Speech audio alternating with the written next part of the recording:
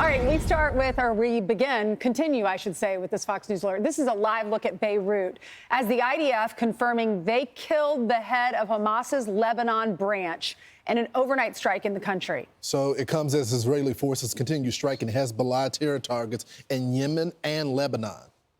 All right, Nate Foy is in Tel Aviv with the latest. Nate.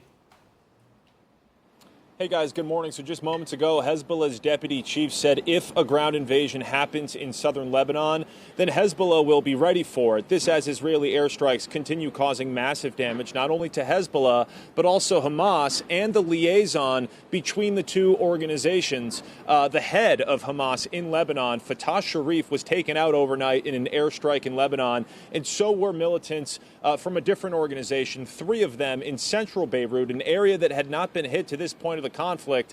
Take a look at the damage from central Beirut. As you can see, the Popular Front for the Liberation of Palestine says that the strike hit the top floor of an apartment building, but another strike from Israel yesterday sent an even bigger message to Iran. Take a look at this next video.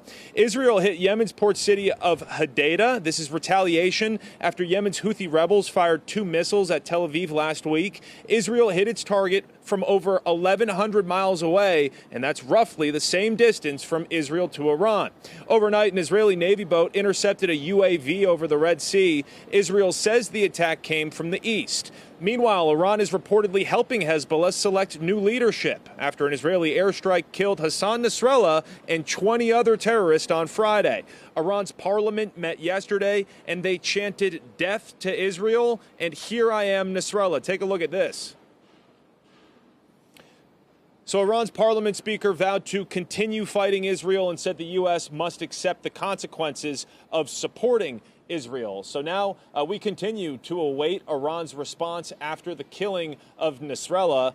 There are reports from several different organizations that small Israeli groups, special forces, are going into southern Lebanon to gather intelligence ahead of a possible ground invasion. Defense Minister Yoav Gallant met with troops in the north just moments ago and told them killing Nasrallah was only part of the plan, and them going into Lebanon may be the next part. We'll send it back to you. Stay tuned for that. Nate, thank you very much. The live report from Tel Aviv, where it's 1:20 in the afternoon. So Friday, we get word that Nasrallah's bunker's been hit, and there's no way he could survive. But they didn't. The Israelis did not confirm it until Saturday. And what does it mean? So since 1992, this guy has been in charge. He has been looked at a hero and indestructible and invincible, mainly because when the Israelis tried to go in the 80s and then again in 2006, they were unable to destroy the Hezbollah army, but they took tremendous losses, and they had to back out. And they said, and since that time, Hezbollah has been reinforced to the point where they now have 150,000 rockets. Over the last year, they aimed 80,000 rockets into Israel. And they said, no way, nothing's going to happen to me. Last October, Netanyahu knew where he was, and he told the U.S., I'm going to take him out. And last October, the U.S. says, you better not. So they didn't.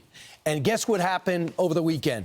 On Friday, they took him out. While the planes were in the air with the bunker busters on board, 80,000 tons, they said, we're about to kill Nasrallah.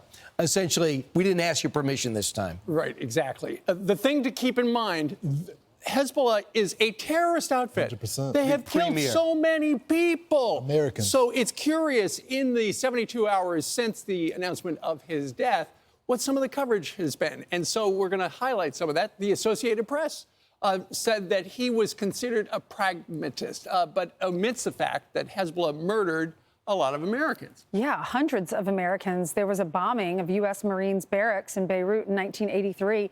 And in addition to hundreds of Americans dying, 48 French soldiers died as well. Look at the next one. Seen as a father figure, Nasrallah, Hezbollah leader and force in the Middle East, is killed. Then the New York Times saying he had the propensity to crack jokes. I mean, are they moronic? I mean, these are... Is that a joke? I mean, it's just crazy. I don't remember them talking about bin Laden as a jokester. It's unbelievable, and he's equivalent to bin Laden for the Israeli people and also to us as well. I saw over the weekend that there's this RT station, of course, Russian television, and they bring on this supposedly journalist, and she breaks out crying when this happened. I mean, do we not understand the terror that he's brought to families all over the world, including the American people. It's a terrorist organization. Hezbollah over the last few years has alienated the Arab world. The Gulf states, burying people alive in Syria, came in on Assad's side, and they were cheering in many factions of the Arab world throughout the Middle East. And Iran, all the pressure's on Iran right now. Now, you're the big brother. You said you're going to watch their back. Hamas, you're going to watch their back. Iran, go ahead. But give it a shot, because Israel's saying just try it. This is an extremely tense time. The leader is gone, and a lot of the followers, those pagers blew up while they were carrying them. Many were killed in that.